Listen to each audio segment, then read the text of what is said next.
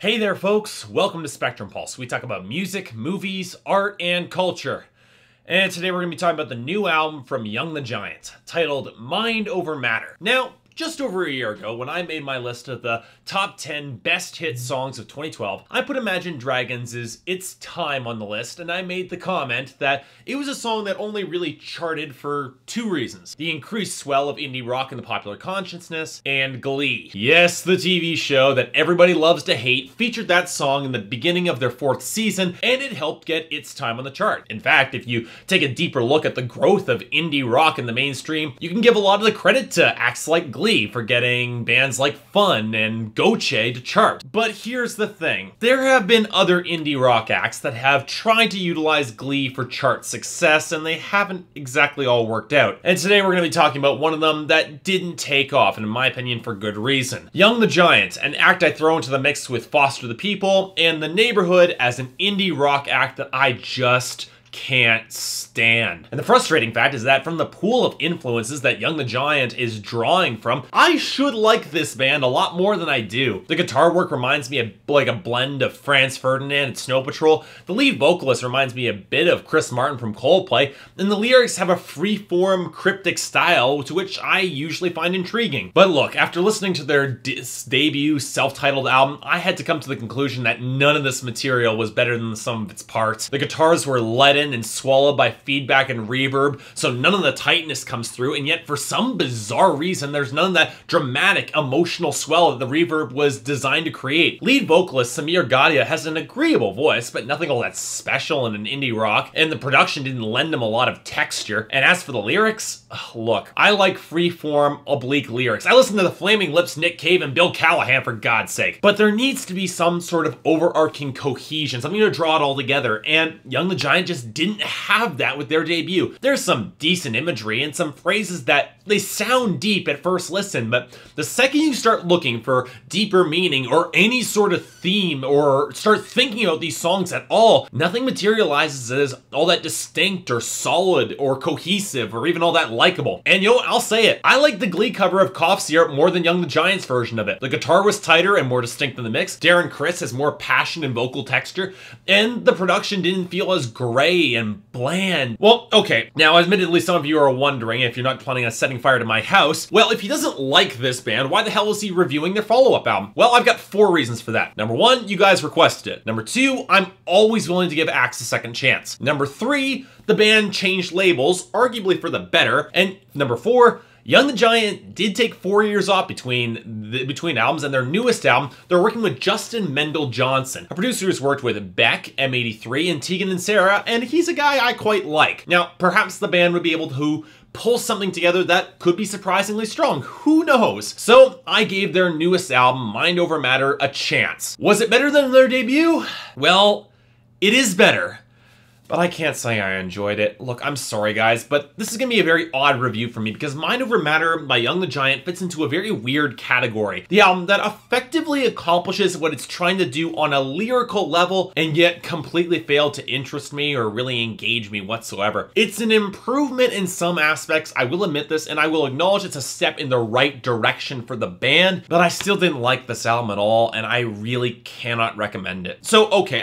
I need to explain this. Let's start with the element that the band got right, which is a coherent theme for this album. The title, Mind Over Matter, is either ironic or an intentional lie, because this album is about the exact opposite, stressing about how when we overthink things or indulge in self-doubt, we can paralyze ourselves. This album is more focused on reveling in raw emotion in the now, and as much as that's not exactly always a healthy or mature attitude, I'll admit on a lyrical level, Young the Giant try their damnedest to make it look attractive, or at least energetic enough to get all swept up in the moment. And you know what? I'll go even further and admit that it's a natural fit for Young the Giant's complete lack of cohesion on this record. There is more structure here in comparison with their debut, and they do try to add some nuance to their framing, showing how reckless living in the now can hurt people around them. Hell, there's even some decent subtext in tracks like Crystallized and Camera, how the narrator realizes he could be happier in something that's more stable and not driven by raw emotive presence. Yeah, there are still far too many lines that are trying way too hard hard to sound deeper than they are, and the technical songwriting, it's still not very good, but the album still feels like it has more to say, and it's a sign that Young the Giant might have improved on some level. And while I might completely disagree with the message that the band is putting forward on a very philosophical level, I will say it's not my job to critique the band's message, but how they deliver it. And lyrically, you know what? I'll give them a pass for the lyrical content. That's fine. But it's a damn shame that instrumentally, vocally, and in production, everything just falls apart. Let's start with the production, which is where I hope things would have improved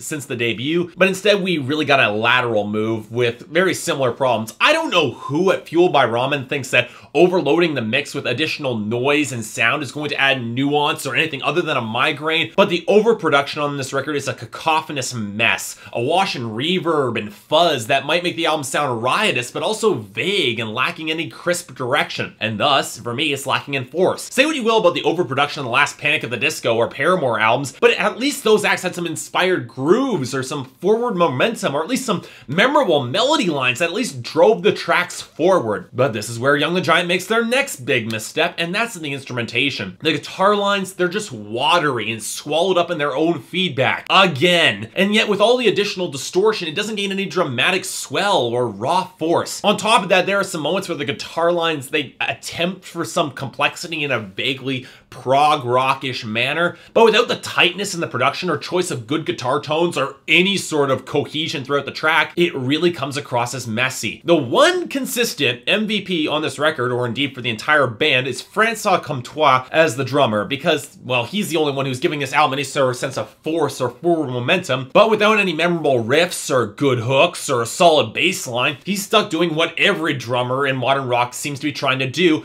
by using percussion to compensate for a lack of good melody. And now we have to come to the vocals, and arguably the biggest problem. And look, I will give Samir Gadia props for trying, and yes, he is. He's pushing his voice to the limit. He's actively trying to deliver with some raw passion and force himself to back up his lyrics, and he can't quite do it. Either it's his limited range for this kind of rougher, more passionate vocal range, the willowy thinness to his upper register where he spends far too much time on this album, or maybe the fact that he just comes across as too dignified and detached to throw himself into his performance in this way, but he's not remotely convincing as a vocalist here. His voice is a natural fit for smoother, maybe folk-inspired indie rock that allows him to deliver a more emotive performance, but not this. The closest vocal inspiration I can see here is that he's trying to go back to the U2 comparison, but look, Samir Gadia is not Bono. He's a lot closer to Chris Martin, and whenever Chris Martin tried to sound tough, it sounded awful. But I have to say this. It was in the drumming and it was in the vocals when I finally figured out what Young the Giant were trying to do on this album. They're trying to go in a punk direction. Now,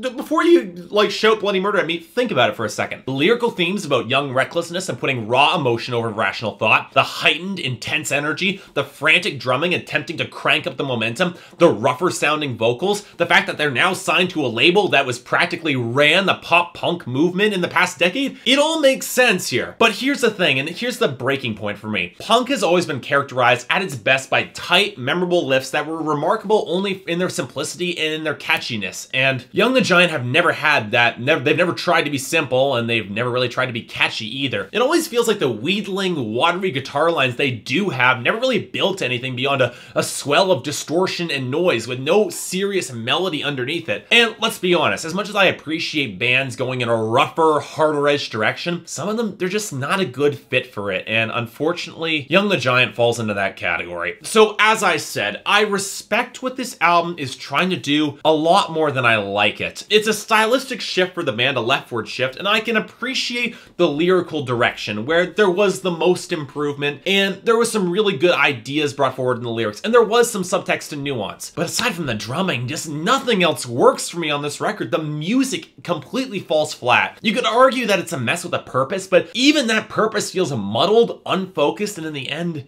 sadly, really not all that memorable. I like to give them a lot of points for trying, but on the other hand, this album was a chore to listen through. I was really trying to like it. Let me stress this, but I'm sorry, I can't. So for me, it's a 4 out of 10, and I really can't recommend it. Sorry.